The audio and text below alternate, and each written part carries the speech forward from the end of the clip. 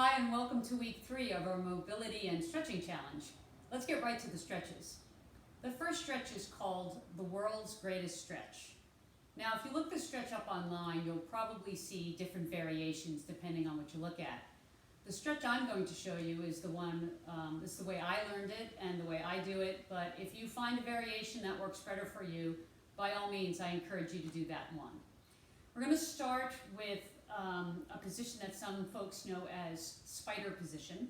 So we're going to have 2 hands on the floor in front of us, and I'm going to bring 1 foot up next to my hands. At the moment I'm going to keep this left knee down, but eventually that leg is going to come up in the air. When I do this particular movement, I'm going to start off by bending one arm. I'm going to bend the arm that's close to the leg that's up. As I bring my back leg up off the ground, I'm going to now bring this arm down to the ground, trying to keep my opposite arm fairly straight. As I do that, I'm going to get a stretch hidden here towards the inner thigh of the up leg, and I'm also going to get a little turn, a little twist of my upper back. Then I'm going to bring this arm to the outside, begin a twist of my body, and then come back down with my hand here to the outside. So now I have a hand inside, hand outside, and I'm going to push back into a pyramid-like stretch, something that you'd see in yoga. And then I'm going to come back and I'm going to start the sequence all over again. So my arm is bent, the other arm is fairly straight. I'm going to come down, come back up, go to the outside, turn, come on down, push back into that pyramid-like movement. All the while, the back knee is off the floor. So I want you to get your timer. Let's get ready to go. I'm going to talk you through several of them. I'll probably kind of just let you go on a few others, so just do it at your own pace as well. So let's talk you through those first couple. All right, so I'm up, both hands are to the inside of the foot. My back knee's up. I'm going to bend the front arm closest to the leg that's up, come down, over the top, twist, come down, and again push back to a nice hamstring stretch on that front leg. Come back down, and I'm going to repeat.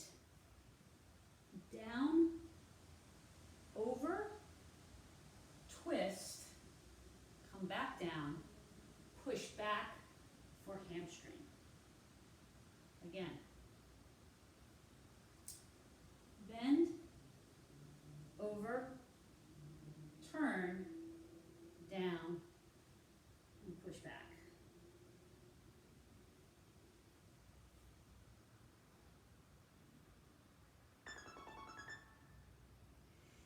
Just finish that one out. Okay, so that's a front view so that you can see the turns pretty well. I'm going to also show you a side view so you can see a little bit more of what's happening with the upper body. So now I'm just going to put the opposite foot up. Other leg is back. For the moment I can keep this knee on the ground until I get my hands in position, and I also get my foot in a comfortable place for myself. So both hands down, other foot's in the back. All right. Remember the hand that's closest to the foot, the forward foot or the up foot. I'm going to bend that arm, keeping the opposite arm fairly straight. It might bend a little bit, and that's okay, but you're trying to keep it fairly straight. You're going to come down, come over the top, twist around, come on back, and then here's that push back for the hamstring. If you notice when I did that, I brought my hands closer to my rear foot so that I would have something to prop up on. Okay? So I encourage you to do the same. Okay? So I'm going to get my timer started, try to get into that rhythm on this side, and here we go. Bend the arm, I'm going to come down, over the top, twist, come down, slide my hands back, straighten out both legs, really pulling up with those toes on the front foot. Come down, twist. Now a twist in the opposite direction. Come on down, slide my hands, push back for that hamstring stretch. Come on down,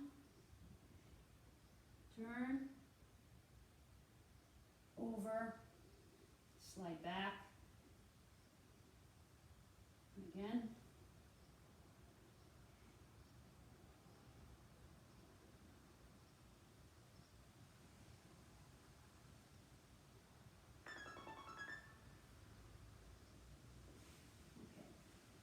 So that's a minute apiece on stretch number 1. Stretch number 2, we're going to actually use my trusty couch, and that's going to help support us for this particular stretch. This stretch also includes the hamstring, but we're going to incorporate different parts of the arm as well. For this stretch, I'm going to put something under my knee. My floor is a little bit hard. I'm just going to use this little gardening mat down here. And this is going to be under one of my knees. It's going to be under the knee that's away from the couch. So I'll put my knee down here, and my other leg is going to be up, and I'm going to come up against the couch.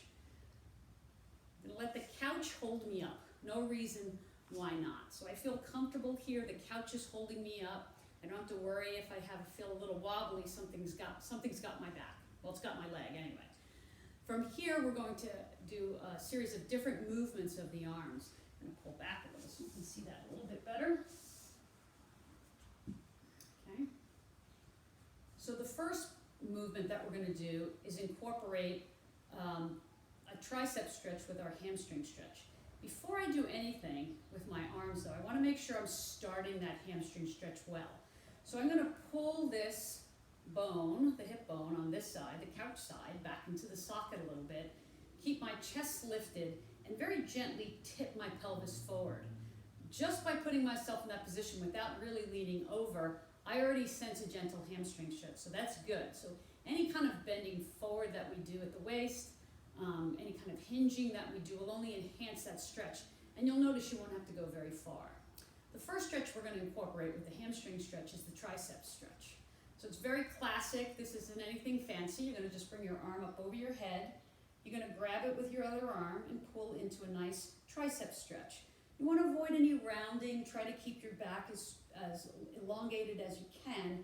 Bring the elbow in as close as you can as well. Fingertips should point down your spine for the most part. Here, I'm just going to bend over, accentuate that hamstring stretch, and maintain that tricep stretch. Now, it's very acceptable to slowly and gently bounce or move or woggle or whatever term really suits you, but I want you to not be worried about doing anything where you're moving a little bit. The key with any kind of movement that you may add into your stretch is that it has to be something that you feel you can tolerate. It has to be something that, although it might be intense, it's still very comfortable. You still feel like you're in control. So if you feel like you're in control, if you feel like you can tolerate the intensity and that's something that you're okay with, I encourage you to do so. If something feels noxious, I've used the term sketchy before, if it feels as though you're out of control, you're going either too fast or too far, then it's not good. So I encourage you to push the edges a little bit, so long as you do that with a sense of control and command. All right. After the tricep stretch, we're going to add in another stretch that works a little bit on the biceps, a little bit on the forearm. I'm going to interlace my fingers, press them forward, and bring them up overhead. From here, once again, I'm going to increase that hinge at the hips, but continue to press my arms forward. And then come back up. And then the last stretch I'm going to do, you won't see it from this view too well. I'm going to show you a side view in a minute, and you will see it. It's going to be a little bit more for the chest and the front of the shoulders. So you're going to interlace your fingers, put them behind your back, straighten out your arms. So you'll have to imagine this for a moment. Bring your hands away from your buttocks, and now you're going to hinge over and let those arms continue up and over as best you can. And you'll probably feel that out of the three upper body components, that's the most aggressive or the most stretchy, okay? So I'm going to go through these three movement patterns. I'm going to talk you through it. I will show you from the side so you can see the arm position a little bit better, but actually for now I want you to just focus on getting a really nice solid hamstring stretch, okay? All right, so we'll set our timer. Instead of doing each one for a minute, we're gonna actually change every 20 seconds. So we're gonna start with a tricep stretch for 20 seconds, then I'm gonna change my fingers and my arm position and go into that more bicep forearm stretch, and then I'm gonna change them one more time, and I'll go into the chest front of shoulder stretch for that third 20-second segment of the full total minute. All right, so everybody get ready. I'm gonna start my timer, and we're gonna start with that tricep stretch. So over the top, remember, elongated position, nice and straight. My head is back, and now I'm gonna lean over. Just work into that stretch, keeping it going. From here, I'm gonna change into a finger clasp, extend out, up over the head, and now I'm gonna come over here. And again, pushing, stretching, really trying to open up. And then I'm gonna finish up with that hands behind my back, interlaced, extend my arms, lift them away, and come on over. So you're not spending a lot of time in these upper body movement patterns, but you will be repeating them when you do the other side. Okay, so that's side number one. For side number two, so you can see me, I don't want to turn around, you'll just see my back. So what I'm going to do is I'm going to bring in, I don't have another couch, but I'm going to bring in something that's sturdy.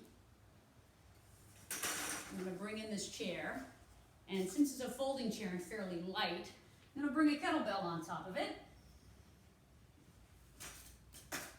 And that's going to keep that from moving. So once again, I'm going to do the same. I'm going to do the same idea. I'm going to have my opposite knee down. This time my right knee is going to be down. My left leg is going to be forward. And I'm going to use the chair as something to lean against, so I don't have to worry about holding myself up. And we're going to go through the same routine. First the triceps, then the bicep and forearm stretch, and then lastly we'll do that chest and front of shoulder stretch. So let's begin. I'm going to start the timer. So now I'm with the other arm, tricep stretch. Remember, upright posture, pulling the triceps in. Going to lean on over. Getting a good stretch in those hamstrings as I also stretch that tricep. Whoops. Now, I actually didn't lean into the chair enough. Now I'm going to interlace my fingers, press them out, come up overhead, lean on over, stretch through, hold that stretch, elongating, getting a little bit of lat stretch as well.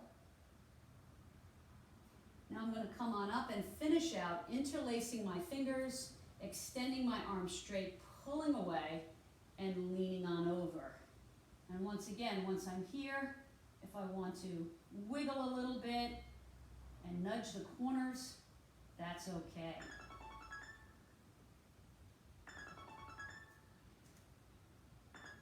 Now, with that last stretch, you may find that maybe one or two of those movement patterns you really want to work on a little bit more. That's perfectly fine. You can cut this into a 30 and 30, for instance, maybe the triceps and the chest and front of shoulder stretch, and just do it with those two. I encourage you to really play with it and make it your own. Once you get these down, same as before, I'm going to ask you to commit to 3 days in a row, making sure you do these stretches at least for the next 3 days. Then after that, you can certainly add in the other stretches if you wish from weeks 1 and 2.